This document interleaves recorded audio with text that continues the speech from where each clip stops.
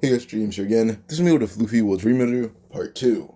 Now, this first part actually did pretty decent, because it got a lot of views, and I'm pretty sure let's start off with the Jaya arc beginning. When it was beginning, it would basically have, pretty sure the crew consisted of Luffy, Zoro, Sanji, Nami, Kobe, Usopp, so Luffy, in order, Luffy, Zoro, Kobe, Nami, Usopp, Sanji, then we had Chopper, and now Robin. So there's 8 Straw Hats. And pretty sure the titles were basically, we have Luffy, who doesn't really get a title. He can be called the Demon Lord or something, if we choose to. Then Zoro's basically the King of the Swordsmen. Nami is Queen of the Storms. Kobe is basically it was it's Herculean or like Herculean something or Heraclean something, but the Heraclean soldier basically. That was pretty. That's the gist of it. Heraclean soldier, and Sanji was basically the cook of blazing passion. Robin is the last branch of knowledge. We have Usopp, the Sogi King or King of the Snipers, and Chopper is basically the all cure doctor. And they all have basically every single nature in magic, plus their own perspective kind of magic. So yeah, now when they left Alabasta, they did somewhat fight the Marines, but they didn't. Luffy and Ace didn't meet. Ace kind of deemed himself too weak to encounter Luffy and tried to avoid him at all costs. Luffy could sense Ace, but realized Ace was trying to avoid him, and Luffy can kind of guess why his quote unquote little brother would try to avoid him. Luffy is still younger than Ace in this one, and Sabo, because Sabo's still alive currently. But because of that, they're older than him, but at the cost of them getting more power, he named them Fire Fist Ace and Dragon Fist Sabo. That was the cost of being subordinates, and basically made them call him Big Bro. So Luffy could tell why Ace was trying to avoid him, and Luffy did deem Ace pretty powerful, but he let Ace do his own thing. And then we would also have them leaving Bone Clay, so let's try to save the Strats from the Marines. And he still get captured pretty easily at that. But Tashigi and Smoker tried to capture them still, and they were still defeated. Tashigi by Zoro with basically one simple move, and Luffy can easily beat Smoker in a variety of ways. So now we basically just have what was it? I'm trying to think of it.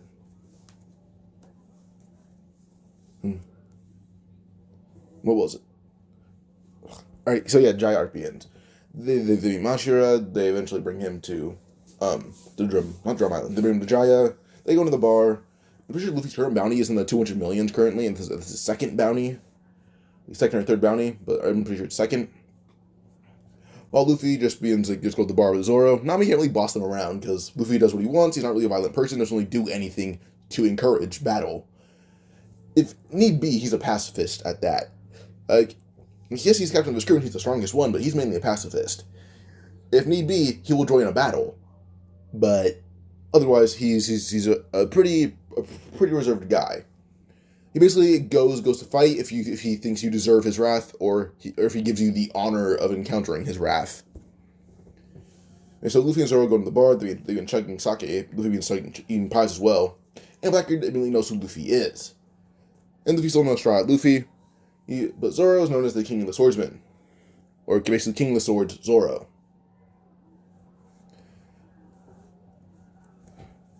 So now at this, Luffy just proceeds to basically have the same thing with Blackbeard, this pie sucks. This alcohol sucks. They've been arguing, and Luffy then tells Teach that he's basically just too drunk to know what he's talking about.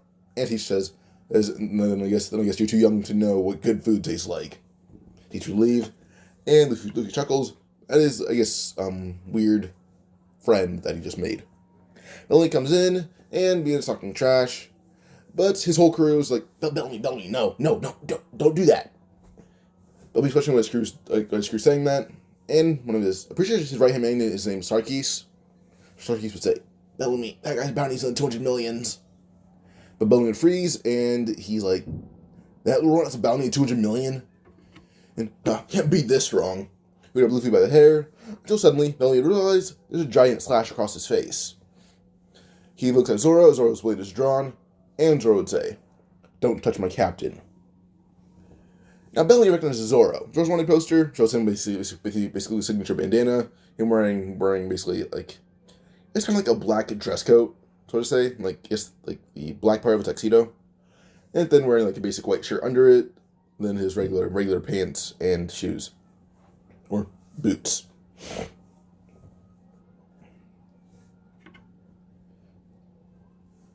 But with this, basically, we just have Bellamy be scared of Zoro, and actually asks Zoro if he's really fooled by Luffy being stronger than him. And Zoro says, "No, I'm not fooled by anything. He's beaten me. He's beaten me with ease." And Bellamy's jaw drop, and Luffy would say, "So Bellamy, you think you're stronger than me?" Bellamy gets up and shaking, realizing that Zoro had admitted Luffy's beaten him, and says, I know I'm stronger than you." Luffy says, "Come at me then." Bellamy jumps towards Luffy, but quickly Bellamy gives that signature one shot, but Luffy makes him wake up again, saying, "Again." And Luffy even takes it outside with Bellamy, and like basically Blackbeard's whole crew watching Luffy pound Bellamy into the ground over and over and over. By the time he's done, Luffy's face is covered in blood, and Bellamy's face looks unrecognizable. Luffy basically uses magic to wake him up, and Bellamy has to rush at Luffy over and over and over again. And everyone's else just watching as this pirate who challenged a stronger one gets his ass handed to him. By the time Luffy's done, then Bellamy has a giant fist imprint on the side of his face, but Luffy just throws a bit of slime on him. They think it's like something weird, till Bellamy's body's fully healed. Luffy would say, You showed great courage by not backing down. You didn't say I want to quit, you didn't say I'm sorry. You just kept going to make sure you didn't look like a baby in front of your crew. You're honorable, Bellamy. Everyone's shocked that Luffy actually was kind enough to actually think Bellamy is a... Well, everyone's shocked that Luffy's just this nice to someone he beat the hell out of. Now Luffy would want to give Bellamy a name, but Zoro discourages it, saying don't honor him by doing that. And Luffy is actually able to recognize Bellamy's crew's... Well, first off, Bellamy's weird-ass smile and personality, alongside his Jolly Roger. Actually, as Sarkis, if they work for someone by the name of Doflamingo. And Luffy has vast knowledge. And a lot of the stuff he can somewhat experience what his Marines do. His two Marines being Smoker and Tashigi. Now, they know Luffy can see and actually tries to just avoid anything as much as possible, but they can't really help it. One of the very few things that they have seen by accidentally sharing to Luffy was just basically the Warlord bounty posters. And the poster that he saw for Doflamingo included Jolly Roger. We have Sarkis about Doflamingo, and Sarkis said that they work for him. And Sarkis would say that in a few days Doflamingo should be here. And Luffy would just say that then he'll beat Doflamingo while he's here. Now with this, they're all shocked that Luffy's going to challenge a warlord, one of the stronger ones at that. But Luffy just told Sarkis that he's basically going to fight for their freedom. But he's to the point where his personality is altered to the point where he thinks he has to prove something to his crew. In reality, his crew should just trust him and will respect him. Luffy doesn't even prove anything to his crew, they just respect him because he made them powerful. This gives an example of how his crew works and how Bellamy's crew works in comparison. And even Bellamy's barely even conscious can tell by Luffy's words that Luffy's crew honors him way more than they would honor anyone. And due to Luffy making him so strong, Zoro even honors Luffy above his own dream. He's like, oh yeah, I guess I'm the strongest person in the world, but, well, I owe Luffy big time. I need to honor him more. I mean, Robin even feels the same way. Robin, of all people, feels different about that. She's the point where she doesn't fear the government. She fears Luffy more than them. She fears Luffy more than the wrath of Eam and the Celestial Dragons. But in reality, Luffy's wrath is more, so, yeah. With this, Luffy says that his crew respect him more than they respect anyone, and that's just through him helping them. Bellamy begins crying, and says that if Luffy can actually break him free of Doflamingo, he'll serve Luffy for the rest of his life. Also described by Bartolomeo, he is also kind of watching this, and he interrogated the hell out of Sarkis and his men, though, but, yeah. And I'm pretty sure Bartolomeo's title was Guardian Deity, so, yeah. Now, Bartolomeo would break Luffy by crying, saying, if you can break free Doflamingo, I'll serve you for the rest of my life. Luffy would nod, saying, sure, but Sarkis, I'm not really too into you. Sarkis then says, Says, I don't care. Even if Bellamy serves you, I won't. I honor Doflamingo. Sarkis looks at Bellamy saying, so you really are a sellout. Bellamy says, Bellamy kind of mumbled to Sarkis saying, no, the Spatch really thinks he can beat Doflamingo. And that's when Sarkis realized that Bellamy's trying to basically fool Luffy. Luffy heard them saying, now give me a reason that I shouldn't kill you all right here now. They froze, trusting Luffy heard them, but Luffy had snagged their, snagged Sarkis and Mushi that he just had in his pocket. Luffy actually asked for Doflamingo's numbers. Bellamy gave the number, Luffy called up Doflamingo, and Doflamingo questioned why Bellamy's calling him. Luffy said that he kidnapped Bellamy and his crew, and wants to fight Doflamingo. Doflamingo questioned who Luffy is, and Luffy explained he's trying out Luffy. Now this interests Doflamingo. He's making waves rather quickly. His crew's already all-powerful somehow. They can use powers that belong to other Devil Fruit users. They seem to be using Devil Fruit abilities without the consequences of Devil Fruits. Doflamingo is very curious about this and says, I assume you want to fight? Luffy says, I kind of just want to fight you for having Doflamingo. I just want to fight you for all the crews under your supervision. I want to fight you so I can control them, and then put you as my subordinate. Doflamingo says, you think you can do that? Huh. Luffy says that Jaya, and Doflamingo says he'll be there. Now, around the time that Luffy should meet Cricket, well, Mashira kind of brought Shoujo and Cricket to Luffy. And they kind of see that a lot of this island is kind of bent at Luffy's knee currently. But eventually Doflamingo arrives, and he sees Luffy sitting on top of Bellamy. We see Luffy's face covered in blood, and Bellamy kind of shivering, kind of crying. Doflamingo asks Bellamy what happened. Bellamy explains that he got his ass beat by Luffy for hours on end. Now immediately, Luffy just tells Doflamingo that, don't mind Bellamy, it's just a fight between those two. We're trying to fight between us two, so to say. Now immediately, Doflamingo tries to use the strings on Luffy, and they're super thin, so he doesn't think Luffy can see them. Suddenly, Doflamingo's wrapped up in string. Luffy's holding on his fingertips, saying, I guess me and you can do the same thing. Now, Doflamingo, he doesn't know his crew's strong, and doesn't know Luffy's crew's extremely strong, so he brought his own crew. Pika would immediately try to punch down on Zoro, only Pika's punch is blocked by something. And to everyone's horror, it's Zoro's fingertip. Zoro would say, oh, I guess I overestimated you. Pika suddenly flicked away, and flicked through a few buildings. Now, Blackbeard's crew is still watching. They want to watch this fight against Doflamingo, and have a chance to get Luffy's Devil Fruit. But when they realize that the whole crew isn't extremely strong, well, Luffy just basically proceeds to hold Doflamingo captive, and Doflamingo realizes that Luffy's cutting him. His strings can't be blocked by Haki. It's kind of negating it. Eventually, Doflamingo shoots out Burst of Conqueror's Haki, and actually shocks Luffy, kind of scares him a bit. Luffy, in a bit of nervousness and fear, lets out his own Conqueror's Haki by accident, and uses a bit of menacing ability. And Doflamingo is being overwhelmed. Doflamingo almost passes out through the sheer pressure of it. But then yells saying, what the hell are you, you bastard? And suddenly, one of his hands is free, and he uses strength to try to cut Luffy. Suddenly, Luffy will turn into a slime, and he jumps in the air, and Doflamingo's like, wait, what the hell's that? He's hit in the gut very swiftly. Then Luffy would revert back to his human form, and punch Doflamingo right in the chin, full force, with his armor. Luffy's armor had broken through Doflamingo's armor Haki, and knocked Doflamingo out cold. As Doflamingo hits the ground, Luffy chuckles, saying, no, these things really do come in handy. So if you guys wondering how it broke through armor Haki, well, Luffy's power is otherworldly. This power is actually makes a one piece power, and surpasses armor Haki, or more or less equals it, whatever you want to say. But he's able to outmatch Doflamingo's Haki no matter what, and his sheer strength plus just superior abilities beat Doflamingo. Luffy would chuckle that Doflamingo had lost, and Doflamingo's crew's amazement. But Pika was beaten with a flick by the subordinates of the guy that fought Doflamingo, so they kind of expected him to be strong. The rest of Doflamingo's crew attacks, but, well, threats are just sheerly more powerful. Sanji himself could take them all out with the sheer shockwave of his kick. But Bartholomew chuckled and handled them all himself.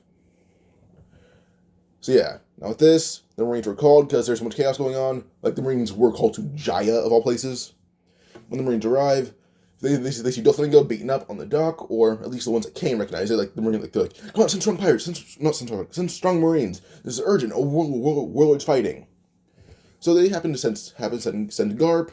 I want Garp to encounter Kobe in some way. When Garp arrives, he sees Doflamingo at the dock, unconscious, and says, "The hell?" He appears on the dock and sees Doflamingo pretty beaten up and, well, bloody. So with this, basically, when Garp sees who did it, he looks at Luffy, and he says, "Oh, you're here." So with this, everyone is kind of just shocked. Well, not everyone, but Garp's shocked that Luffy's able to be a warlord this early. And so Luffy's kind of wearing what you see here. So, yeah. Just minus the whole necklace and giant pirate blanket Jolly Roger thing.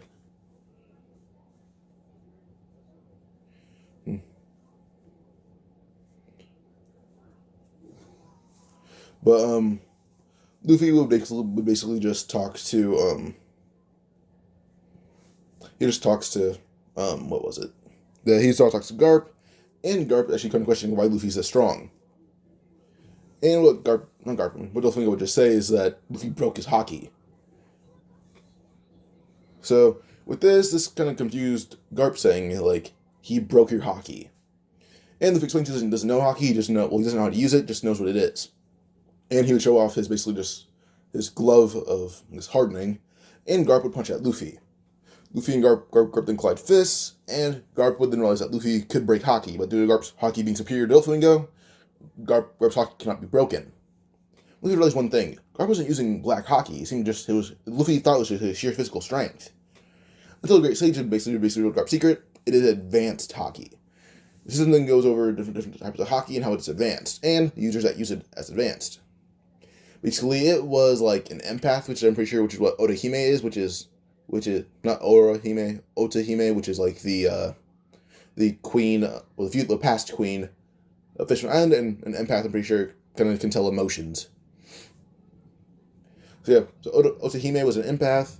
Then we have Katakuri, who can come to the future or use foresight. And then we would have wait, let me pause real quick. All right, so Luffy would chuckle at Garp because he gets told about Katakuri's foresight, gets told about Ryuma and how it's used mainly in Wano. But then he also mentioned, like, the Great Sage mentioned even invisible haki, but it's basically almost impossible to use it if you don't know how to use any other form of haki. So Luffy does know he'd have to train with haki. Luffy mentioned the invisible haki, and Garp actually asks Luffy why he knows this, but is very impressed with him. But Luffy actually would ask Garp to sit down with him because he wants Garp to have a leg up on the Marines, or leg up on every single bit of Marine intel. So Luffy mainly wants this because he wants a rival in the Marines or a challenge from them, and with them not knowing his abilities, Merciless, Tashi, and Smoker, well, his grandpa would be the best option. So Luffy brings Garp into the bar, and Luffy begins telling Garp about his devil fruit and what he can do. And Garp is shocked that bestowing a title or a rank upon someone make them as strong as someone like Zoro. And Luffy just explains they even get a new power, which is magic, which is past the devil fruits even. So he explains he gave Ace and Sabo magic before Ace even got devil fruit.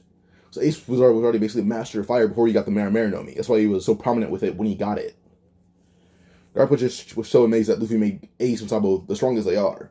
Like a year into Sabo being in the Revolutionaries, he's already promoted to Chief of Staff. You have Ace, who rose up throughout the Marines with a bounty of 800 million at this point. 800 million. And 500 million, 800. And Luffy does say he's still stronger than Ace and Sabo. Even if they know haki, he can break through theirs. His haki is basically superior to anything they'd ever know. Now, with this, basically, Garp actually asked Luffy why he's telling Garp all this. Luffy explains he just wants a challenge from the Marines. Luffy kind of wants a challenge from every part of the world. He tells them about the Battle of Mihawk and how Luffy only lost because he had named Sanji, and previously had a bit of magic loss and was already tired as well. So Garp's like, so you only lost to Mihawk because you were tired? He says, yeah, but Zoro left a few scars on him, and I'm way stronger than Zoro. So you can imagine what I could have done. And Garp realized that if Zoro left a few select scars on Mihawk, Luffy could have left one big fatal one. So Garp then says, so you don't mind if I tell Son Goku this? He says, just don't have him raise my bounty immediately to the billions, please. I prefer to start slow, but make me ahead of the other supernovas at least. Garp would say, Fine. Luffy also does say, also tell these words to the Marine Stuffy and Smoker. It's basically just a set of words, and Garp asks why, and Luffy says, oh, I gave them titles and I made them my underlings, but I'm getting too much information from the Marines from them. So don't get them in trouble, just say these words to them and train them. Garp would sigh, saying, can we have taking these orders from a 17-year-old? Garp ended up getting on the boat, saying, alright, let's go, men. They have Doflamingo's crew, basically in the med bay, and we eventually go to Garp, who would basically report back to Sengoku all the things he learned from Luffy, and to say that Luffy actually will probably declare war on the Marines by naming whole group of people, and what mainly shocks Sengoku is the thing against Doflamingo, Crocodile, well, all the Broke Works, Doflamingo's crew, everything just shocked him. But he will abide by Luffy's wish and give Luffy a bounty of 400 million, surpassing every single bit of the worst generation. And now Luffy proceeds to train with Haki, at least trying to master one of them at a time. And him and Zoro being working together on this alongside Sanji and Kobe and Usopp and Nami and all the whole crew. But in this time, this actually kind of leads to them being a little bit late to Sky Island or Skypiea.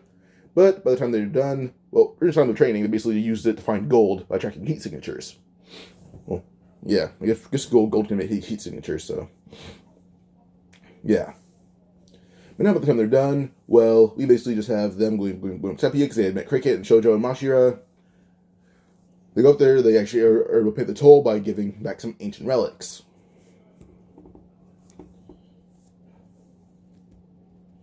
But now with this, we basically just have them going through, they make Konis and Paguya. And with them meeting Konis and Paguya, well, we basically just see them I guess they still meet. I assume everything would go the same way. It's just Luffy talks crap about Enel openly. And when Enel tries to come lightning down, Enel's lightning is met by Luffy's single fingertip, and Enel's lightning is outmatched. Enel was actually fearful of this because the single fingertip outmatched his power. And Enel used a lot of power on that. He feels how strong Luffy is.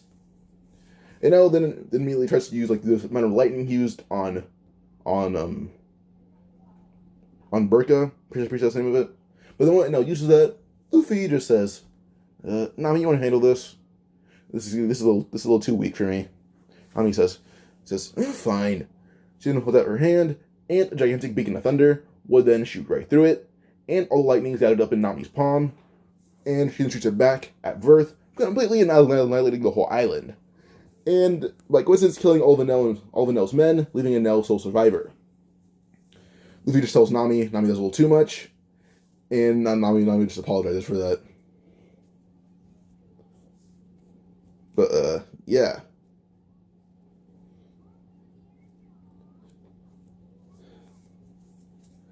But with this, Nami kind of stopped the whole Skypiea arc by accident. But now it recovers a bit, realizing his lightning was met by superior power, and from what he was able to grasp from what Luffy had said, or what he understood of Luffy's emotion, Nami was one of his more weaker underlings, which he doesn't want to face the wrath of the stronger ones. Luffy had approached Enel, and Luffy wants the title of God. But Gonfalves will question if Luffy did this. Luffy says no, his subordinate did. Nami raises her hand, and Gonfalves says, oh, she's just so charismatic that he hires strong people? And she's like, no, he's an overwhelming force who could have annihilated this whole place with a simple blast of his fingertip. Gonfalves' eyes widen, his jaw drops. Luffy is someone that powerful, which is not wrong. He could have erased all of Skypiea with a single fingertip. And Luffy actually says that he wants the title of God, and, yeah.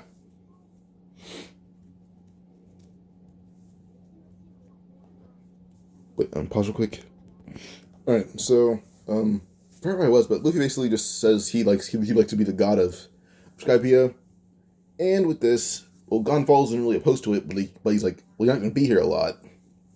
But Luffy just says that, well, Gonfalves can be his enforcer. Gonfalves is a little confused when Luffy says his whole naming ability. Well, Luffy just says his naming ability, and Gonfalves is like, oh, well, what is that going to do for me? Because he doesn't really get the whole thing of devil fruits. They don't think Enel is just some powerful deity. They don't think devil fruits are a real thing. So if he does basically just show like the example of him naming Zoro, and then just someone whose whole crew, they all have names or titles. So the title he gives Enel is the god of Skypiea. So Enel's given the title, when Gonfal's given that title of the god of Skypiea, he feels the fields of power overflowing, and he surpasses Enel. And pretty sure Oda even said that Enel's bounty, if he were on the Blue Sea, would be 500 million. So Gonfal has surpassed that with a simple title. All of people on the strides had already surpassed that like it was nothing. In reality, they should all be in the billions. Well, Luffy should be in the hundreds of billions, probably. But, yeah, because he can erase all of Skypiea with a single fingertip, so, yeah. But Enel is still alive, and Enel basically just demanded to know what Luffy had done, why Luffy Delphi can do that. But Luffy didn't really care, he kind of just killed Enel right then and there. Just use a basic water stream slash and killed Enel like that. And, well, with Enel's life fading, with a very brief seconds, Luffy would be thinking. He turns into a slime, hops on Enel's body, then turns back to his human form. And he had to use his skill Confrontation. He had absorbed Enel. Now, Luffy realized that his lightning magic got boosted by basically a 100 times multiplier. And he absorbed the devil fruit of the, well, Goro no Mi. Goro no Mi. And he's displaying his, lightning abilities now. And his powers were kind of doubled with lightning magic, or quadrupled. Whatever everyone says, his powers are very much enhanced. And he actually is able to transfer a lot of power to Nami. Actually, he's the Queen of the Storms. So, he transfers a lot of power to Nami, but is still able to keep the same amount of power he had. He's able to transfer basically a lot of spells to Nami. Nami would thank Luffy. Luffy is actually able to create the fruit out of thin air. Because Luffy does not have the effects of it, he basically absorbs the power of it. The fruit, yes, Nami wants to eat it. And she says no, but Usopp has an idea. If they ever encounter a foe like Enel, and they end up taking his devil fruit, why don't they just make a collection of them? And Luffy's able to easily tell that Enel's devil fruit is one of the strongest ones. So Luffy says that they'll collect the strongest devil fruits they find. So Luffy just puts it in a box that he made, and puts it in his room. And these boxes don't really break under any condition. These boxes are kind of made of gelatin. You can't really get through it without Luffy. Not gelatin, made of slime, made of Luffy's body, so to say. Now as they leave, Gonfal's thanking Luffy for the title. Gonfal's noticeably looked a lot younger. And, well, he looked a lot younger, felt more powerful, felt a little more intelligent, and being able to use lightning magic. So, yeah. Now they leave, but not before Luffy was able to snag a few books about weather for Nami. Snag those few books, she was able to read them, and now this in Skypiea, now next to Water 7. Now the Mary is slightly damaged due to all the training they do on it, and that did damage to the deck of the Mary. Luffy did try to repair it, but healing potions don't work like they do on normal objects. Not normal objects, on normal people. So the Mary does have to be replaced. Luffy does say he's actually probably going to be able to make a copy of the Mary, and then make a copy of another ship and combine the two best ships. So he kind of just is able to make a copy of the Mary, or he has the ability to make a copy now, and he'll Usopp that in case they don't find a ship they want to combine with the Mary. And Usopp will thank Luffy as they burn down the current Mary. So, yeah. Now this is kind of emotional, because the ship they'd be getting, if they can't find a ship to combine with the Mary, will basically just be a copy, not the real thing. It'd be a real ship, it's not the Mary they grew to love. Yeah, so as they go through Skypiea, not Skypiea, I mean Water 7. Frankie family does try to rob Usopp, as they have a lot more gold this time, though. But they still try to rob Usopp, and they get the hell beat out of them. Now, with this, they kind of rent a hotel room, the best one Water 7 has to offer, and they store all the money in there. They wander around. Robin is not scared of CP9, and they even try to get her to come with them. She slaps them both in the face, and then leaves. And they avoided the island of Aokiji. Luffy sensed the presence of an admiral, and yes, him and Zoro combined, plus maybe Zoro and Sanji combined, could probably take an admiral, or at least push him back, but he doesn't want to risk it in case his predictions are wrong. And Luffy's not aware of his, whole, what was the ability's name? Future attack prediction, that was it. He didn't enter battle with Aokiji, and use that prediction and find multiple outcomes of it, but didn't want to risk it, because he was worried they'd be wrong. So, just through Luffy worrying, he refuses to go near Aokiji. And, well, CP9 members that were, let's say it's Kaku and Khalifa, they report back to Lucci that Robin isn't fazed by them, and that kind of shocks him. He's like, her new crewman must be that powerful that she thinks they can beat us. They attack Iceberg, and they don't go to Strats. They go as like basically they're housing a government fugitive, so they're going to attack. Now this actually does encourage Iceberg to actually like want to take the Strats off the island, but when she states how strong the Strats are, Iceberg doesn't think Robin as the one to hype up unnecessary people. So he thinks that these Strats are truly stronger than what the government can throw at them. So she says, fine, they can stay here if they take care of Ennie's lobby for him. Offers to pay them, but Luffy declines, saying that they can just do it for free. They have enough money as is. So Luffy begins walking towards where Ennie's lobby is, but when Robin describes the presence of the guys that attacked her, or tried to bribe her, not attack, Luffy is actually able to view Iceberg's memories, with him giving consent, of course. He's able to feel the presence of those guys through his mind, and finds out who it is, as he points out Lucci, Kaku, Khalifa, and Bluno. Those are the ones that are part of CP9. Immediately, Khalifa, Lucci, and Kaku are fired, and he says, just go off to Ennie's lobby and report to your bosses that we'll be declaring war shortly. They're shocked, as Bluno's also kicked out of his bar, and he's sent to Ennie's lobby as well. They're questioning how they got like ratted out, but they do suspect Nico Robin. Well, they don't really attack her, so yeah.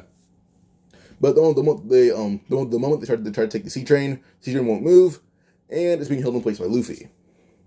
So Luffy's basically this giant. Luffy's in hybrid form. They'll actually spend his arm so big he holds the sea train in place. And Lucci tries to attack Luffy, realizing he's Robin's captain. And Lucci takes this as a chance to prove to Robin that the crew isn't all powerful. But Luffy just jumps on Lucci's back, kicking him into the ground, and begins pounding him into the dirt like he's nothing. By the time he's done, Lucci's on the ground coughing up blood and spitting up teeth. Lucci had never taken a beating so severe. Then the rest of CP9 attacks Luffy, and he does the same thing he did to them. Well, does what he did to Lucci to them. By the time he's done, well, they're all shocked that Luffy's this strong, and no, Robin doesn't fear them. Doesn't fear them at all. Luffy tries to escape, but Luffy puts his hand out, makes it giant, its hybrid form, and absorbs Lucci. Luffy chuckle, now gaining transformation magic. He's able to transform into basically just a leopard, and he already had his flying thing, but yeah.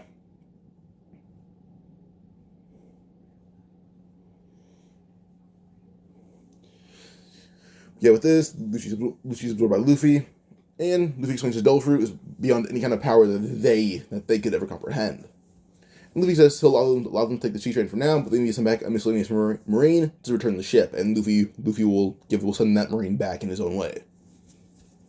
They do start retreating, and they explain that Lucci has been killed.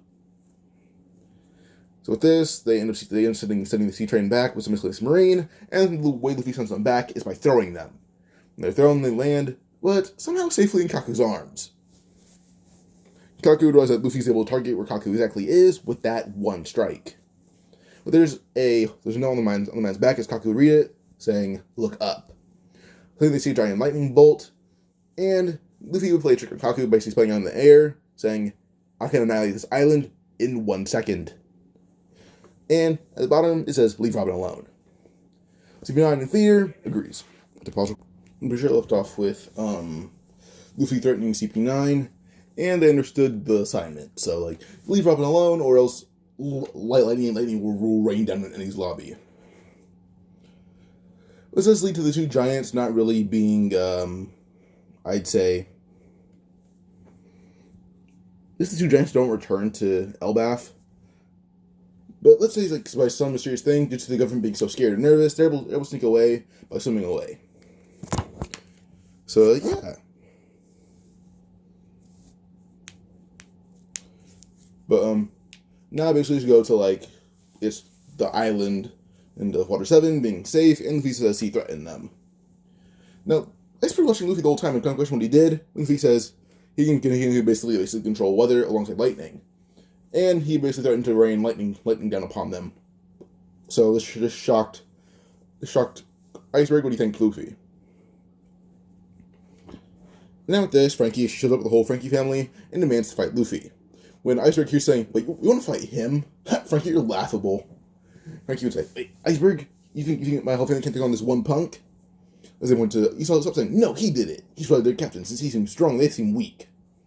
What's actually say? No, I'm actually one of the weaker ones. Frankie's jaw drops as he's like, he beat up half of our gang, and he's one of the weaker ones. He says, oh, if you guys want me to, I can do it all. I was running short on time, though. Frankie's just jaw dropped even more, and he just sighs. Iceberg say, Frankie, he put off the whole government of Ennie's lobby, just so this island wouldn't be attacked. And he points at Luffy.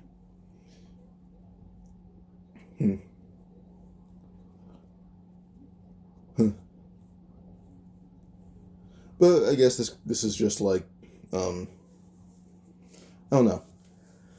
So, basically just leads to, I think of this. Probably just Frankie being shocked, but thanks Luffy. And Luffy, that's why the government attacks them. And Iceberg explains the whole thing with Pluton, and Frankie pulls out the blueprints because Iceberg does say Luffy's trustworthy. And Iceberg will talk to Frankie about like Pluton and Luffy. Luffy then says if Frankie can build Pluton for him, Luffy will just absorb the ship and destroy it, and Frankie can burn the blueprint, and Luffy can make an automatic copy of it. Frankie's a little confused because he'd watched them burn their ship, and Luffy makes a whole copy of the ship that they had recently burned. Then Luffy destroys it and keeps making another copy. Frankie's amazed by this, so it's Iceberg, but Frankie will actually volunteer to build them a ship, mixing in Pluton. So him and Iceberg do just this with the help of all the Gale Law and Frankie family. And Usopp joins in because he's actually allowed to by basically being told to help and learn how to repair the ship.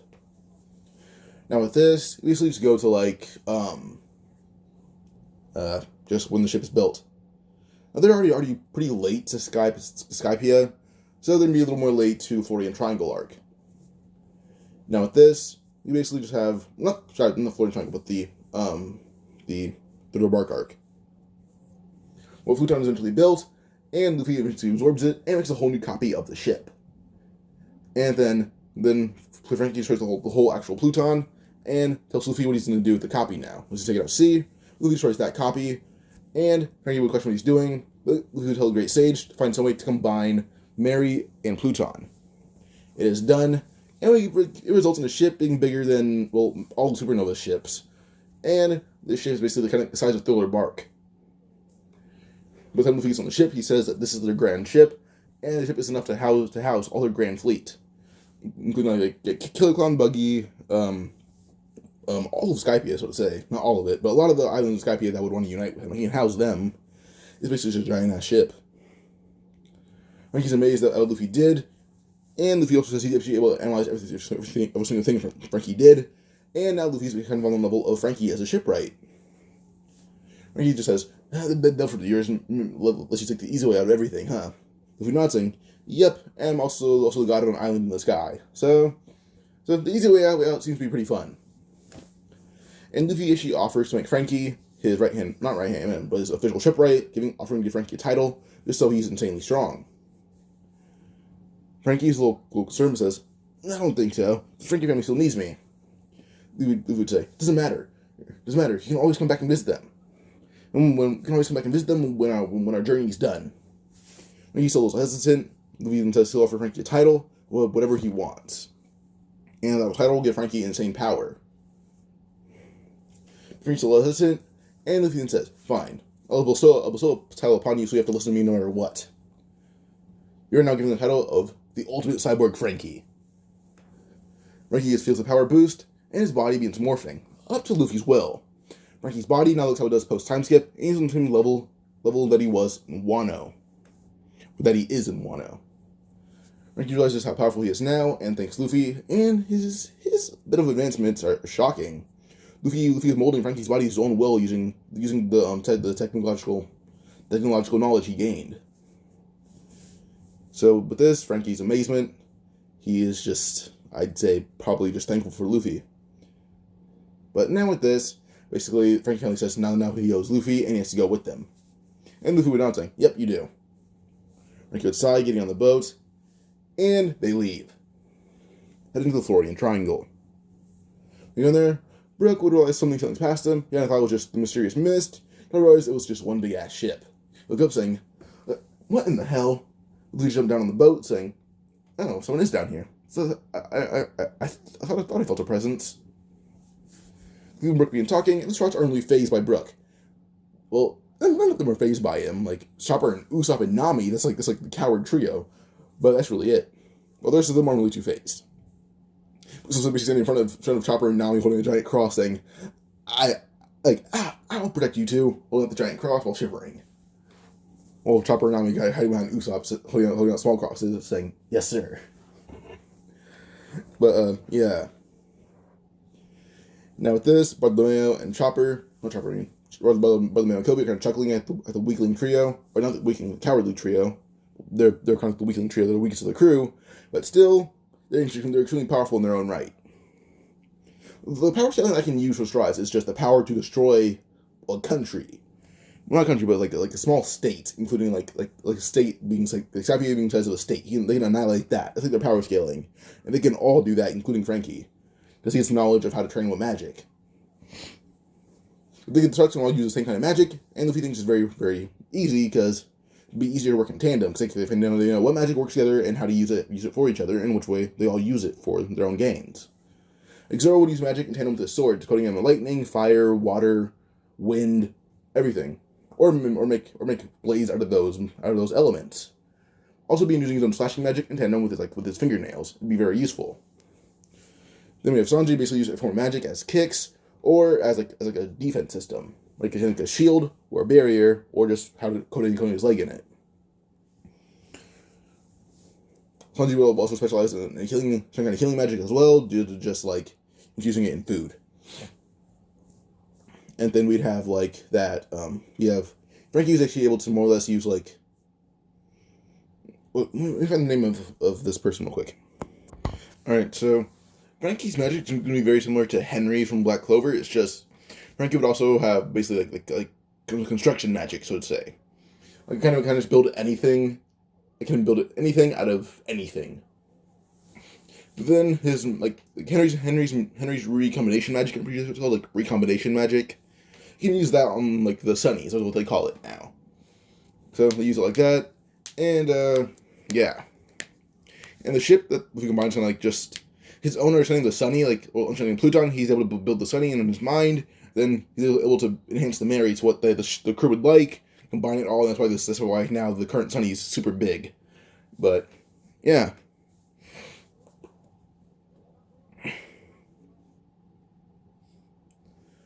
But now we basically just have them talking to Brook, or Luffy talking to Brook. Brook talking about shadow magic, not shadow magic, but his shadow thing with Moria. And Luffy actually offers to get Brook Shadow back at the condition that Brook joins his crew. Brook agrees, and Luffy then talks about how his crew basically ant with the power of devil fruits without having devil fruits. Unless they had devil fruits before they met him. He mentions like Robin, Chopper, Bartholomew, like those guys.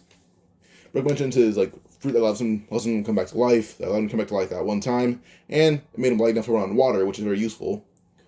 What Luffy does is actually give Brook a certain kind of magic, which is kind of like I guess necromancy. Like he can bring back some of the dead, and Brook's actually able to bring them back. Well, with the implication of his own magic. Well, Brook's able to somewhat use this to reanimate his crew.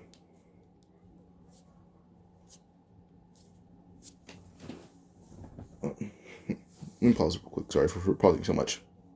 But yeah, we basically move on to just Brook getting a title. Well, Soul King Brook would be a very simple one, and he's going to give him power of necromancy, and necromancy in combination with his own power, he's able to enhance his own devil fruit abilities. That's very fun. So now, basically, just go to the one they encounter Moria. Now, when they enter Moria, Moria is shocked to see a ship this big, and realizes it's being led by someone who were basically... Warlords were all warned about Luffy because Doflamingo was beaten, and Moria is actually has enough common sense to know Doflamingo is stronger than him. So when he sees a pirate stronger than Doflamingo here, he's, in the least sense of words, concerned. And Moria just sees Brook, and Brook says, You stole a shadow, give it back to me. Moria does actually say he remembers the shadow that inhabits Brook's body, and brings forth Ryuma. Brook's about to fight Ryuma, and Zoro says he wants to fight Ryuma, telling Brook that he can tell Ryuma was a samurai. Zoro stepped forward, with the Straws stepping forward themselves, and are about to fight all the zombies. Chopper just recognized Dr. Hogback and says he's going to fight Dr. Hogback for having such a misuse of, well, being the doctor. Chopper would say he's the all-curing doctor, Tony Chopper, and he vows he will defeat Dr. Hogback in the name of the medical field. Chopper charges Dr. Hogback. Hogback will have zombies set up in front of him. Chopper then roars, going to Monster Point. So before, Chopper, when he got his name or title, is able to use all of his Monster Point forms, all his forms, with no drawbacks, including Monster Point, where he's in complete control.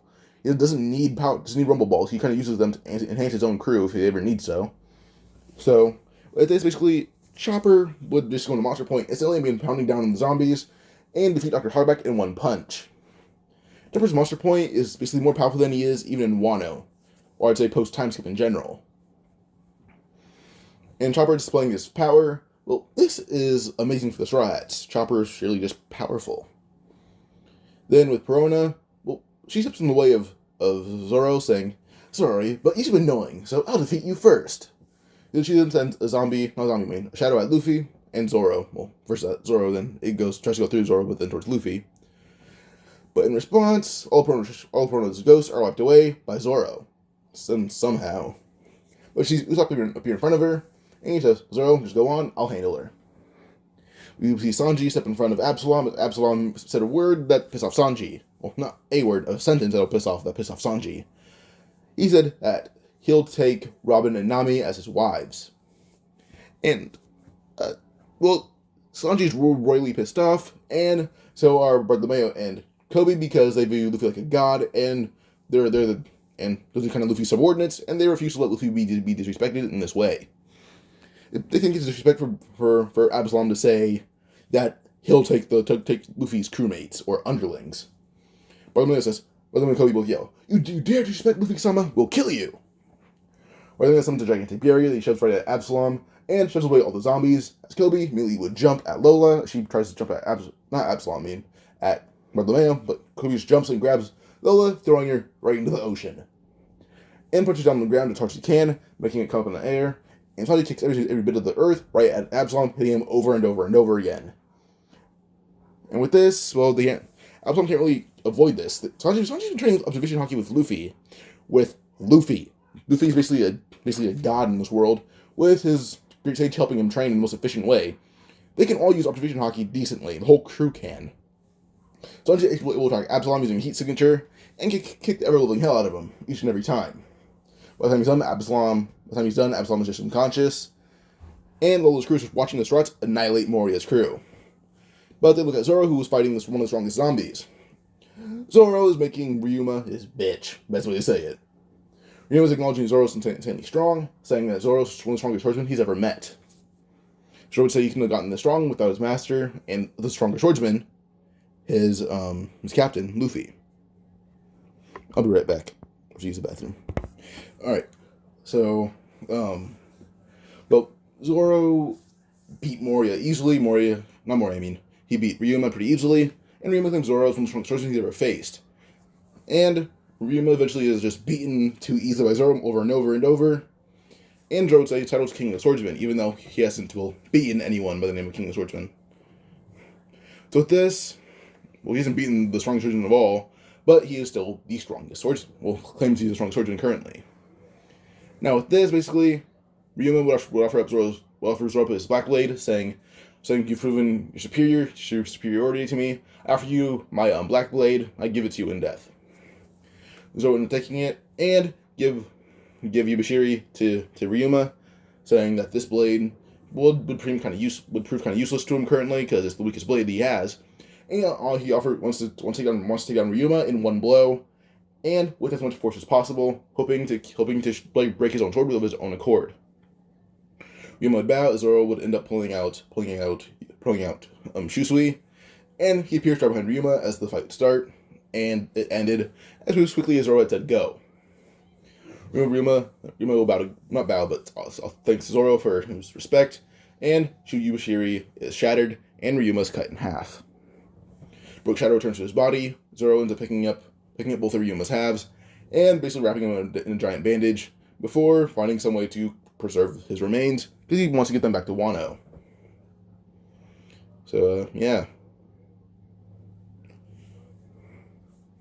Now with this, we basically just have Straw Hats annihilate Moria, as Moria was using oars of his own accord, but Luffy one-shot oars by just quite literally just holding out his sword, and in a split second just dashing it to pieces, or just dashing and slashing it to pieces. When he closes his sword, everyone just heard just the noise of his sword going into its sheath, and oars was cut to pieces. If he did it that fast, this would be the Hakuro in him. But then Moria is still alive, so Luffy using his threads, kind of like Kizaru will just kind of appear out of Moria's shadow, tie up his strings around Moria, and just pull and killed Moria like that. So this leads to Kuma arriving, realizing Moria's whole crew was beaten without any one of them being injured. And you guys that starts to beat Moria's crew without being injured, but Kuma expected this because Captain beat Doflamingo like it was nothing, not being injured himself and breaking hockey, which seems to be an impossible feat. So he expected the crew to be just insanely strong. Now, this leads to basically Kuma appearing right behind Perono gets back up, and she's slapped all the way to the Monkey Kingdom. Absolom and the whole crew are slapped away. And this leads to Luffy questioning who Kuma is. And Kuma not feeling using the lie to Luffy because his abilities are this vast. Plus, if what Sabaody said is true, you can't lie to Luffy. He'll know, and you will regret it. So Kuma would say that he works for the Revolutionary Army and works under a dragon. Luffy says, "Oh, so you must work with Sabo too." Kuma nods, saying, "Yes, I do." Sabo is basically second in command of the revolutionaries. Luffy would laugh, saying, "He's the second in command, and he's still weaker than me." Sort of depressing. So yes, kind of made Kuma chuckle, saying, "If you're able to call him a weakling, I don't want to imagine how strong you are." Luffy offers to fight Kuma since Kuma's warlord, and Luffy wants to continue his streak of beating every single warlord, saying he almost beat Mihawk, he was just too tired before the fight even started. Now with this leads to basically just Luffy fighting Kuma, and Kuma can't keep up with Luffy's speed. When Kuma would get near Luffy would appear right above Kuma, hitting him in the face, and then just annihilating Kuma. By the time Kuma's defeated, he's just panting, spitting out blood, and Luffy can tell Kuma's made of cybernetics. And Luffy can tell Kuma that they're removing his emotions as they speak. He can offer Kuma something to keep his emotions intact and his own mindset once all the technology is in his body. Kuma asks Luffy if this is possible. Luffy would say all he needs to do is copy Vegapunk's tech and have Frankie make his own out of it. And then, him and Frankie can use their own tech, combining it with Vegapunk's and make something better than Vegapunk. This even makes Kuma shed a tear, thanking Luffy and Frankie. Now immediately, Luffy begins surrounding the whole area with wind magic, and Luffy erases the Florian Triangle. The fog around it was just blown away. And this clears up the Florian Triangle for everyone. Now, this alone makes Luffy a very big threat with wind magic alone, and wind magic isn't even his affinity. It's fire. And Luffy's a lot stronger with fire magic. Stronger than any Logia user of the Marineford can ever hope to be. Now with this, Luffy just proceeds to basically absorb the body of Kuma, spit it back out, making Kuma just still Kuma. And he coincidentally makes his own army of PX Zeros, or PXs. But they don't look like Kuma, they basically just look like giant exoskeletons the size of Kuma, but with greater abilities. With all the abilities of the Straw Hats. But toned down by a lot. Each and every one of these PX Zeros modeled after Straw Hats with Kuma's size have the abilities of canonical Straw Hats pre-time skip. So yeah, I'd give the one modeled after Luffy. He has the abilities of Luffy, but at around the Marineford arc, and they're currently in the Thriller Bark arc. And so Kuma would realize what Luffy did, and he realized that these robots are very, kind. Then Luffy starts analyzing Kuma's body, and him and Frankie begin getting to work. Now with this, Luffy installs a species technology in Kuma's brain, and it can be identified as technology. It has the feeling, the appearance, the structure of a regular piece of brain matter, but it's technology. Now, this actually keeps Kuma's emotions in check, and Kuma can still move his own accord, even if they even if they erase his body from existence. His body is just so heavily installed with this piece of technology that Kuma will always be Kuma. Thanks Luffy for this, and even restores a bit more of Kuma's personality. And even if the whole "this didn't happen" thing needed to happen, Zoro can cut Kuma in half like it's nothing. So it doesn't matter regardless. So yeah, the Strats leave, Kuma leaves himself, and well, just to give Zoro and Luffy an edge over Mihawk, Kuma tells them where Mihawk lives, what island. Zoro chuckles, thanking Kuma, and now the Strats would end up leaving, heading over to Sabaody. They arrived a bit early at this point because they'd beaten the crew so early. Like, they beat the whole crew in a few minutes. And they were able to get through this place really easily. Plus, they still got Kami and everything. So, yeah.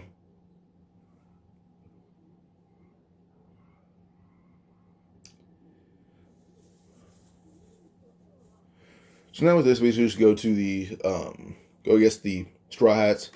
On Sabaody, they basically just proceed to, like, just hang out. Kami doesn't get abducted because Luffy doesn't know about Sabaody due to the Great Sage, and basically tells them all to keep a close eye on Kami. Sanji is on top of that. So yeah. With this, Luffy should be in training, making all his abilities just useful. With him and Zoro basically training with Haki and just sheer power. With this, there'd basically be a cast cancel, being able to cancel out Zoro's power and all this magic. Then his mind accelerate thing, which basically extends thoughts. And his parallel operation, which is analyze everything separate from normal thought process. And analyze and assess is basically just self-explanatory. I explained that earlier in my last part. And then all of creation, basically just fully known, non-concealed phenomenon with prior knowledge. I don't know what that means, I just remembered that. Luffy just being testing all these abilities on Zoro, but making sure that they don't kill him. Zoro's pretty beat by the time it's done. He's like, "Can I just go shopping like everyone else?" And Luffy just nods. Zoro just heads off with Kitetsu, Chusui, and Wado. The only one he didn't really do on Zoro was probably just Presentation. That's really it, because that permanently has Zoro inside him. Not permanently, but it have Zoro in there for a while. And Ra and Soul Consume. Those two can have Zoro, but yeah. So with this, basically we should go to them meeting Rayleigh. First at the auction house, Luffy wants to buy everyone there. So Luffy has a crew of like billions of berries because Luffy absorbed all the money they had and quadrupled it. They have hundreds of billions of berries on board. So yeah, they have hundreds of billions. So by the time Charlos is like, "Oh, I want to buy this girl," Luffy's like, "I want to buy her," and I bitch Charlos over and over again. And it upsets everyone in there, because some random pirate is outbidding everyone. He's shown that he's basically the richest person in there. This shocks Kid and Law because he's a pirate. And yet, there's no notable feats besides him beating up warlords. He's hunting strong pirates specifically. Like, he beat up Moria's whole crew. And he beat up Kuma. Kuma does admit he lost Luffy to the government. Like, all he does is beat up warlords. That's all he's done. And occasionally, he's beat up small pirates such as Arlong and everyone else. So, yeah.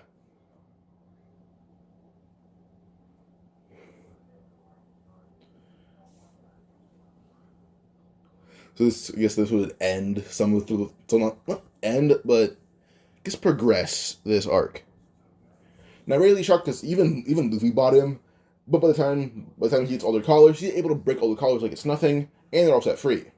They thank Luffy as he gives them the money that he bet on them, making them all pretty rich. Because Charles was like, "I bid 800 million berries." So he's like, 10 billion. And, like, sold to Luffy. Like, he's just winning over and over again. He gives money to Rayleigh. Rayleigh talks to Luffy for a bit in Chaki's bar. Rayleigh mentions who he is. And due to Charles being a petty little shit, he ended up calling the Marines, saying he was being, verbally assaulted. And says he thinks it may progress to something bigger. Well, the Marines are en route. Well, when Luffy would walk outside just to hang out with Rayleigh, he sees Kid and Law. Now, his Kid and Law talk to Luffy. Luffy's able to get along with them pretty well. And they ask how Luffy got 500 million berry bounty. Going, well, how do you go from like 200 million going straight to 500 million? Because like Law brought that up, and Kid kind of brought up Luffy's bounty process is strange. His first bounty was 100 million something. Luffy explains, well, he beat up warlords constantly, and he was already pretty strong compared to some Marines, so that gave him a slight advantage. And she tells him about his devil fruit, because he's pretty open about it. So he tells him about his devil fruit, really overheard this, and just he's offering to give them both a title, but they have to be his underlings. Immediately they say no, and Killer thinks Luffy's just being disrespectful and tries to attack Luffy, but immediately Killer just punched into the ground and knocked unconscious. Not punched, more like just like slapped into the ground, and Kid just in sheer amazement, not like anger, just amazement. Killer was slapped out that one time. But this is the power of the strongest one in the worst generation. Luffy still offers this, saying, you guys don't have to work under me directly, just when I call you and summon you, you have to appear. That's it. Now Law actually does ask Luffy what the benefits besides getting stronger, and Luffy decides to mention magic to them, as he explains what his crew can do and everything. Now Chopper actually begins displaying his superior medical knowledge to Law, and Sanji talks about how he infuses his healing magic. Law would thank Luffy, and this one actually says, can I bring back the dead? He says, no, that's more Brook's thing. It has Brook to do a certain thing, which is bringing back, or at least letting Corazon appear. Brook can kind of bring back souls, like Soul King Brook, so he's bringing back like the Soul Corazon, and it takes an embodiment, and Corazon has as much knowledge as he had when he died. He talks to Law for a bit, and it's a very tearful reunion. Kid doesn't have anyone specific, but is actually very happy with that. Not very happy, but thinks it's really cool that Luffy can do this. Law will actually accept this power on the condition that he can be taught necromancy. Luffy agrees to this, and immediately would give Law the title of Surgeon of Death. Like, you're now known as the Surgeon of Death, Trafalgar D. Water Law. So, yeah. Now with this, basically, Law would be grateful, feeling his power surging through him, and it's sheer amazement. So yeah. We have to pause one more time, sorry. Alright, so Law's given title Surgeon of Death, he thanks Luffy, and Brook is actually given the ability temporarily to give his memories of learning all kinds of magic to Law. Law would thank Brook, and he even will begin crying a bit, getting to see Corazon, his parents, everyone that he would ever had a bond with. Now Brook didn't have a bond with Corazon, but he used the energy and feelings of Law to make Corazon appear temporarily. Not temporarily, but for a short amount of time. Well, every single thing that Brook does is temporarily. Everything is temporary, so to say. But, well, even the sun. But, does it for a very short amount of time for Law to have his bond with Corazon. But now Law can do even more because he has a better bond with Corazon that he can use from his own emotions. And then, well, Law ends up asking Kid if he wants an ability, and Kid, wanting the power that Luffy has, says, sure. And Luffy would choose the title Punk Rocker for Kid. Kid would say thank you, and get his ability, which I'm going to say is probably just like craftsman magic, like Cranky, or crafting, or construction magic, but then also gets the ability to use I guess his Delphi is enhanced using magnetism magic. So yeah. And Luffy also gives him both the abilities. Well, Law already has the knowledge. Kid gets the knowledge on how to do other forms of magic. And Zoro would basically ask if he can bestow Killer a name. Like, he himself wants to bestow Killer a name. Now Zoro did acknowledge that Killer was decently strong. So what he did is actually put his hand on Killer's head and say, I acknowledge you as the Prince of Swordsmen. And, well, first off, Zoro had to ask for, like, a different title. Luffy accepted this by basically giving Zoro the king, basically calling Zoro King of the Blades. And then Zoro was able to bestow a title to Killer, which is Prince of the Blades. Killer would accept this title, as Killer is Zoro's underling, not Luffy's. Yes, Killer would have a link to Luffy, but not permanently. So, yeah.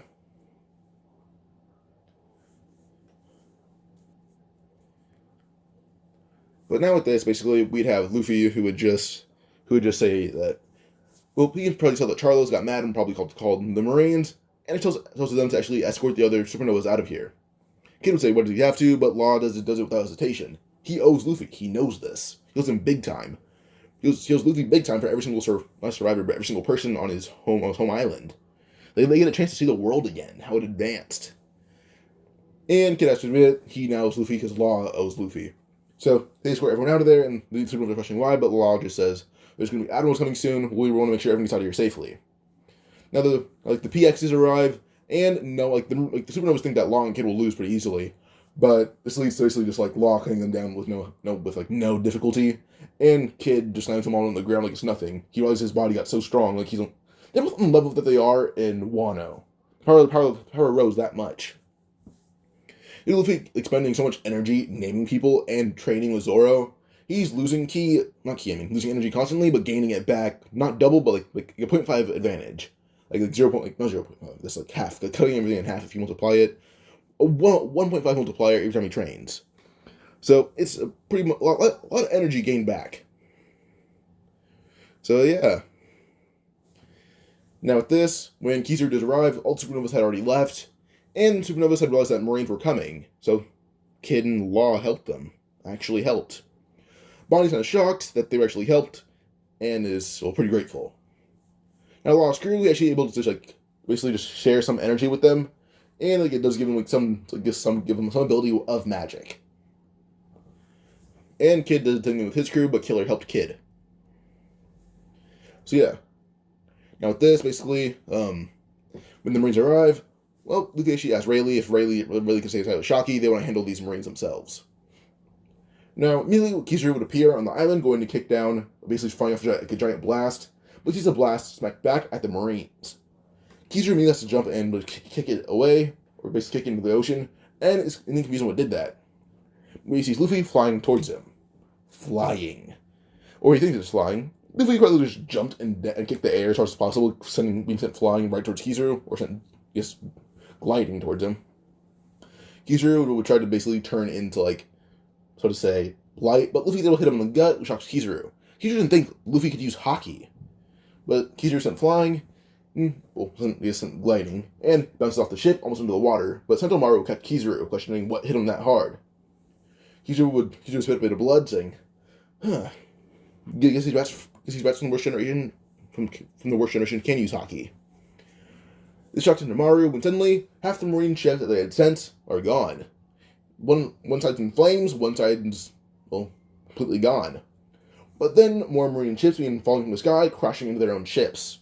You would see Law and Kid sitting at the top, on the deck of the current ship they're on. And Sentomaru is immediately shocked that Kid and Law are capable of this much power. When she sees the Straw Hats as well, and she's Luffy's fist coated in iron Haki. She knows where Kizaru got hit from. Luffy and Kizaru began fighting, with Luffy matching Kizaru's speed, but matching Kizaru in physical strength. Kizaru matches Luffy in certain parts of power because Luffy doesn't have light magic.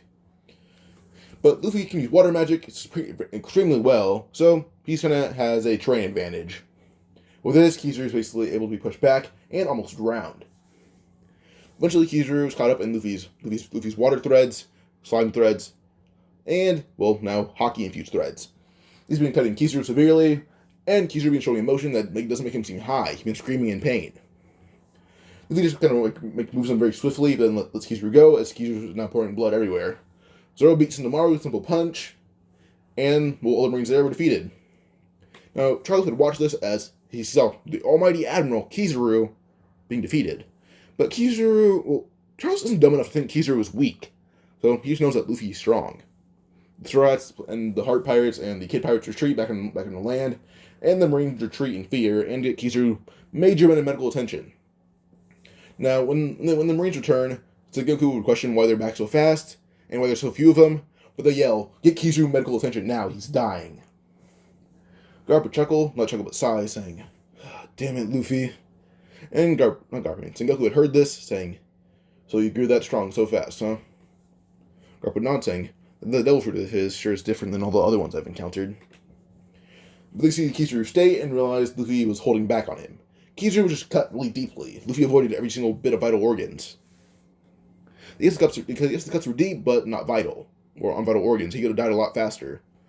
So they realized that Luffy was being careful with it, at least. But yeah. But now we go to Ace versus Blackbeard. Because that still happens. Now Ace fights Blackbeard. Blackbeard's whole crew is annihilated instantly. The island is not harmed. Ace literally just takes out Blackbeard and his crew with one move. Like, Ace just releases some giant flaming tornado, and it surrounds Blackbeard and his whole crew, and it follows them, even if they try to avoid it. Black hole, oh, it's simple. It's taken away, then suddenly another one charged right at him. This is just annihilating Blackbeard's crew. And Ace does return them, but on his way trying to return them, he's ambushed by quite a few Marines. Blackbeard called them advanced, knowing how strong Ace is, and now Ace is kind of outmatched and outnumbered. Tries to fight back, but a certain admiral's missing, certain Aki Inu. So Aki Inu and Ace fight, and Ace barely loses. Aki Inu basically emptied his firepower to even using his awakened power as much as possible, and beat Ace. Ace's power with his fire magic and in combination with his Marineford, he is actually kind of using the power of an awakened Marineford, but his Elf Fruit isn't even awakened, it's just flame magic.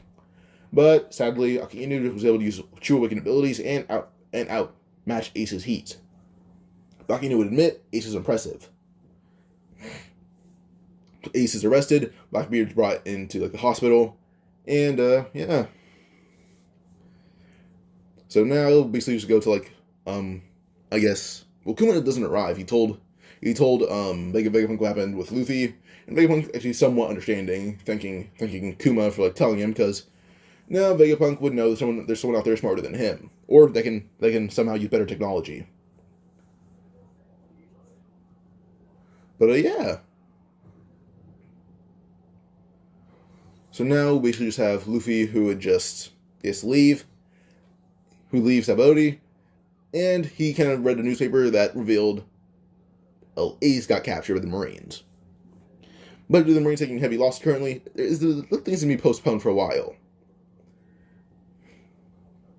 So with this, Luffy kind of decides that they should wait a bit, and she tells Zoro go to the island where Mihawk is, see if he can fight Mihawk and win. So would nod and leave, and well, Luffy would ask what everyone else is going to do, because he plans on solving Marineford himself. Everyone thinks he's crazy, but they do know he can probably do it. Kid and Law, they can make a truce with themselves and say that they want to train together. And well, as they're talking, suddenly a loud yell will say, "Straw Hat, what the hell are you doing here?" And Luffy looks out, saying, "Buggy" on the edge of his ship, and Buggy kind of looks how he does post time skip. But Luffy can tell Buggy's powerful. Buggy appeared before Luffy, saying, I bet they can beat you now. I got a lot stronger." But Buggy attacks Luffy and gets one shot. Luffy says he gets stronger as well. He trains. He's not an idiot. Well, yeah, Buggy kind of did this because he heard Luffy was at Sabaody and basically played it off like Buggy didn't know he was there. Buggy's whole crew will attack Luffy, but still beaten up. And yeah. Now Buggy does question where Luffy's crew is, and he says he sent them off to train. And he also says he sent an admiral to the hospital. Now Buggy knows he can't beat Luffy, because he can't even do that to a vice admiral yet. At best, rear admiral. So, yeah.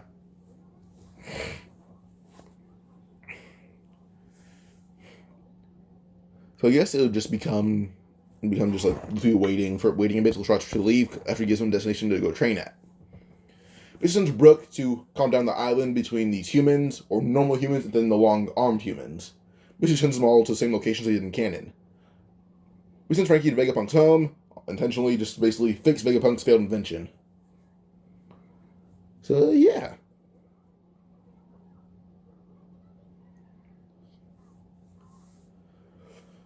So I guess we'd go to just Luffy who would I don't know.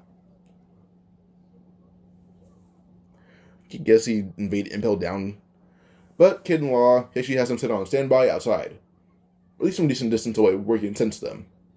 But Bartholomew had nowhere to train, and neither did Kobe. So those two stay with him.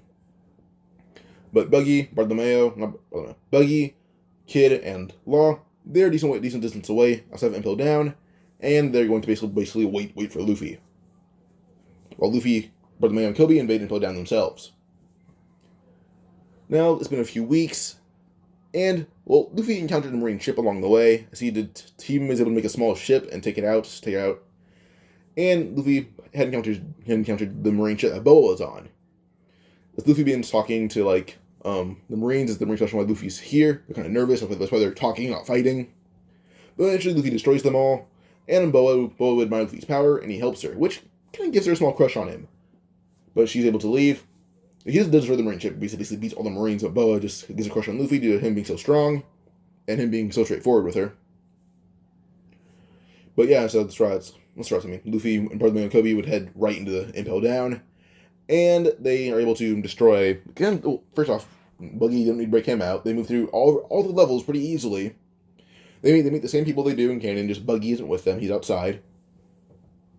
And Bartolomeo and Kobe are kind of just tagging along, beating people left and right.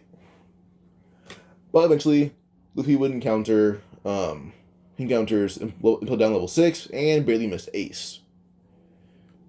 But Ace would encounter Crocodile, and he encounters, basically gets same everyone. But Luffy just realized that Jinbei can use Shishin Karate. He's actually able to absorb Jinbei, and then shoot Jinbei out of his body, and copied every single one of Jinbei's abilities. Jinbei's kind of shocked by this, that Luffy can do that, and did the same thing with every single one of the guys he had broken out at Impel Down, including basically all the guys in level 5.5. And, well, Bonchan, he's actually pretty cool now. So, well, he's always been cool, it's just they're a lot more cool as a group. And Luffy actually offers to assign them all roles, even though it will take a lot of energy out of him. Guys want to worry about Magellan, he was one shot by Luffy. Luffy literally sent out a giant ball of fire and hit Magellan right in the chest with it, sending him flying and knocked out.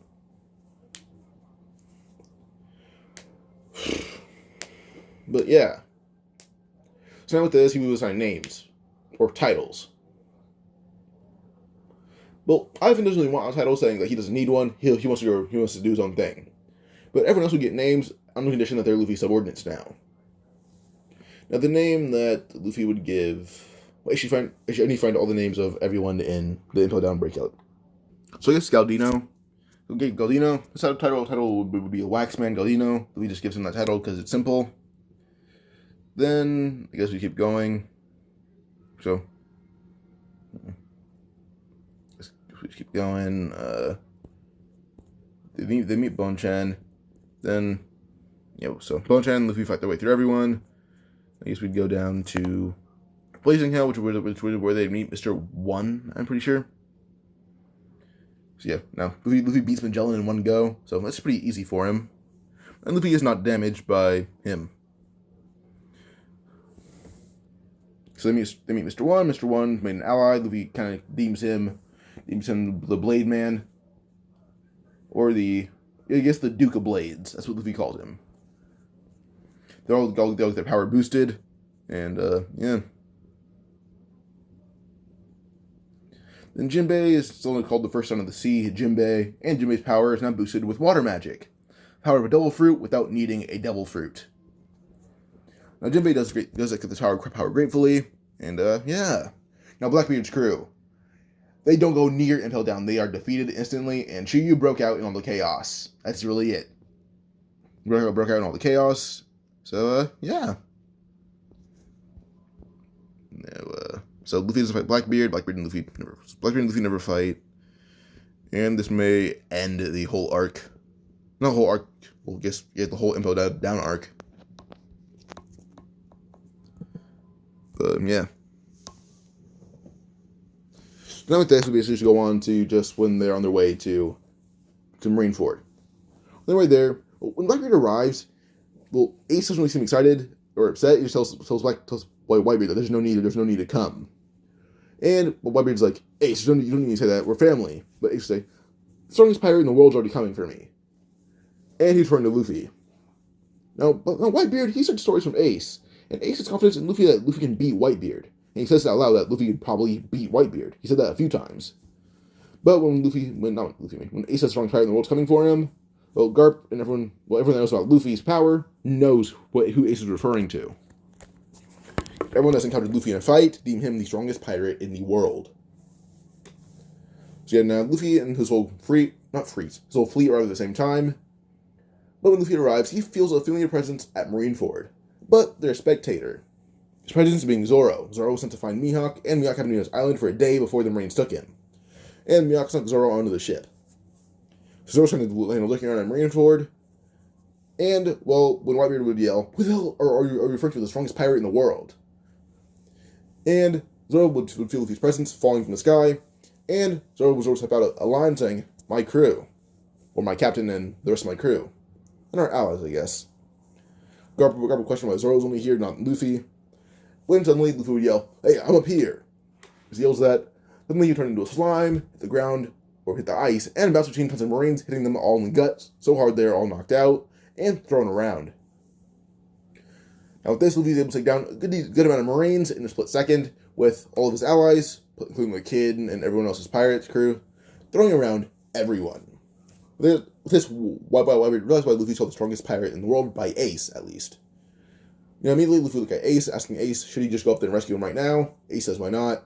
Luffy appears right behind Ace, with Mr. 1, with Mr. 3. Mr. 3 makes a key. Ace is freed. And immediately, well, the Marines begin getting hell from every single side. Luffy, Ace, and Mr. 3 from one side, Whitebeard and Luffy's allies from the other.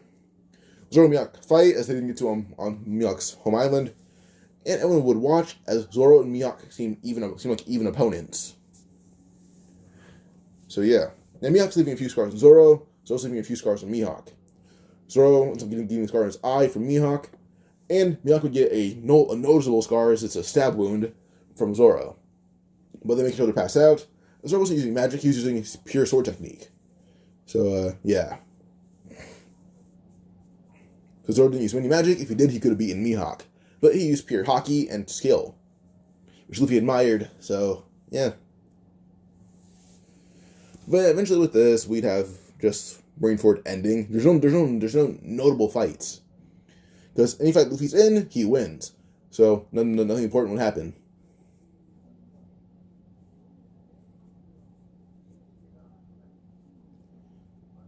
So, yeah. With this, I guess this would end the Marineford arc with Luffy and his allies eating. So yeah, so with this crew, with this war ending, no notable fights happened. Kuma, well, when he fought Ivan, he claimed to Ivan that he's basically a temporary marine weapon. Luffy's able to free him anytime. So yeah, Ivan's like, Luffy basically already has spies in the Marine, or a spy being Kuma. And Luffy's giant ship, Frankie took it because Luffy asked Frankie to take it, so they don't have all their PX-0s fighting.